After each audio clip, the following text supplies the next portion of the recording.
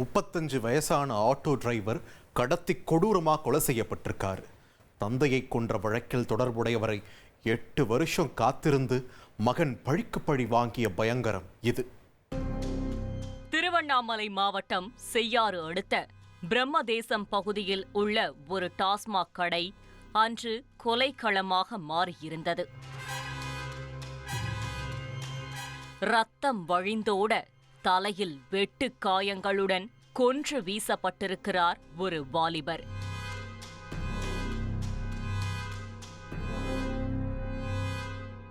தகவல் அறிந்து சம்பவ இடத்திற்கு விரைந்த போலீசார் சடலத்தை மீட்டு உடற்கூறாய்வுக்காக செங்கல்பட்டு அரசு மருத்துவமனைக்கு அனுப்பி வைத்துவிட்டு விசாரணையை தொடங்கியிருக்கிறார்கள். அப்போதுதான் கொல்லப்பட்டவர் பிரம்மதேசம் கிராமத்தை பூர்வீகமாக கொண்ட மணிகண்டன் என்று தெரிந்திருக்கிறது.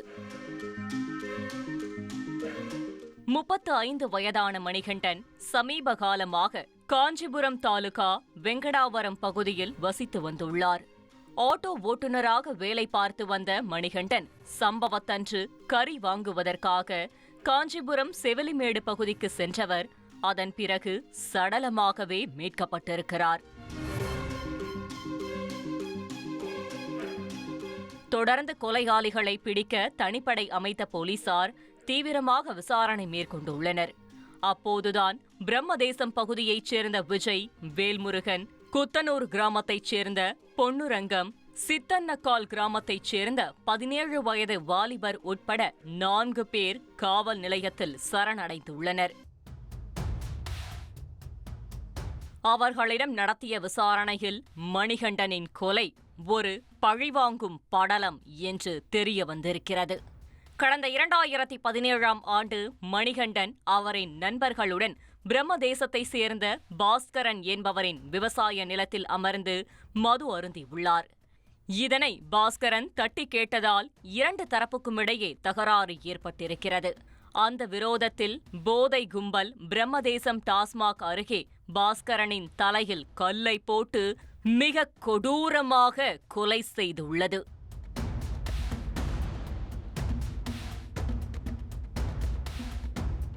எட்டு ஆண்டுகளுக்கு முன் நடந்த இந்த கொலையில் போலீசார் 3 பேரை கைது செய்தனர். முதல் குற்றவாளி விஷம் குடித்து தற்கொலை செய்து கொண்ட நிலையில் 2வது குற்றவாளி சிறையில் அடைக்கப்பட்டார்.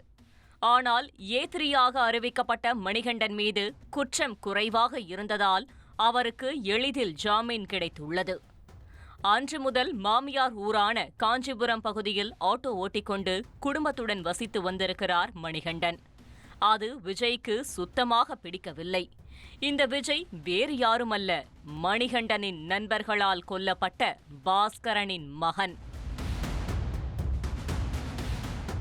முதல் குற்றவாளி தற்கொலை செய்து கொள்ள 2வது குற்றவாளி சிறையில் இருக்க 3வது குற்றவாளியான மணிகண்டன் மட்டும் சுதந்திர பறவையாய் சுற்றி திரிந்தது விஜய்க்குள் கொலை வெறியை தூண்டியது. 8 ஆண்டுகளாய் தந்தையின் கொலைக்கு பழி தீர்க்க நேரம் பார்த்து காத்திருந்த விஜய்க்கு மணிகண்டனின் ஜாமீன் சந்தோஷத்தை கொடுத்துள்ளது. அவரை கொடூரமாக கொலை செய்ய வேண்டுமென நண்பர்களுடன் சேர்ந்து திட்டம் தீட்டியுள்ளார். அதன்படி சம்பவத்தன்று காஞ்சிபுரம் செவிலிமேடு பகுதிக்கு சென்று கொண்டிருந்த மணிகண்டனை வழிமறித்து கடத்திய விஜயும் அவருடைய கூட்டாளிகளும் அவரை கோணி மூட்டையில் கட்டி தலையில் கொடூரமாக வெட்டி கொலை செய்துள்ளனர்.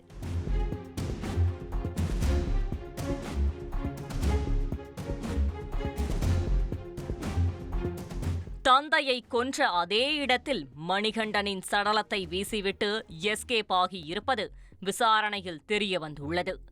அது மட்டுமின்றி 8 ஆண்டுகளுக்கு முன் தந்தையை கொன்ற அதே ஜூன் மாதத்தில் தற்போது மணிகண்டனை கொலை செய்திருப்பதும் கவனத்திற்குரியதாக மாறியிருக்கிறது.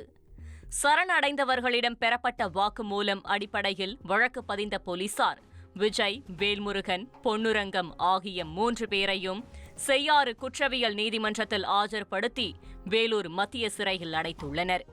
மேலும் இந்த வழக்கில் தொடர்புடைய 17 வயது சிறுவனை கடலூர் கூர்நோக்கு இல்லத்தில் ஒப்படைத்திருக்கிறார்கள். தந்தையின் கொலைக்கு பழிவாங்க 8 ஆண்டுகள் காத்திருந்து தந்தை கொல்லப்பட்ட அதே மாதம் அதே இடத்தில் கொலையில் தொடர்புடையவரை கொன்று பழி தீர்த்த மகனின் செயல் பிரம்மதேசம் பகுதியை அச்சத்தில் ஆழ்த்தியுள்ளது.